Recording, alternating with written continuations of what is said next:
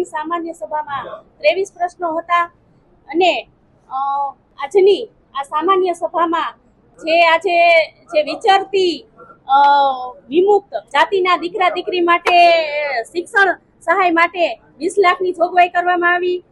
સગર્ભા માતાઓની સારવાર માટે 10 લાખની જોગવાઈ કરવામાં આવી। રાજકોટ જિલ્લાને કુપોષિત મુક્ત કરવાના અભિયાનના ભાગરૂપે આઈસીડીએસ વિભાગમાં કુપોષિત બાળકો માટે 32 લાખની જોગવાઈ કરવામાં આવી।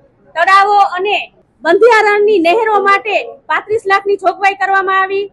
વરસાદી પાણીના સંગ્રહ માટેની ગ્રામ્ય કક્ષા માટે 25 લાખની જોગવાઈ કરવામાં આવી અને સમાજ કલ્યાણ ક્ષેત્રે અનુસૂચિત જાતિના સર્વાંગી વિકાસ માટે 50 લાખની જોગવાઈ કરવામાં આવી છે। આજના બજેટમાં અંદાજિત પત્રે રૂપિયા કુલ 1091 કરોડની જોગવાઈ કરવામાં આવેલી છે અને જિલ્લા પંચાયત સ્વભંડોળનું અંતર્ગત કુલ 22 કરોડની જોગવાઈ કરવામાં આવેલ છે।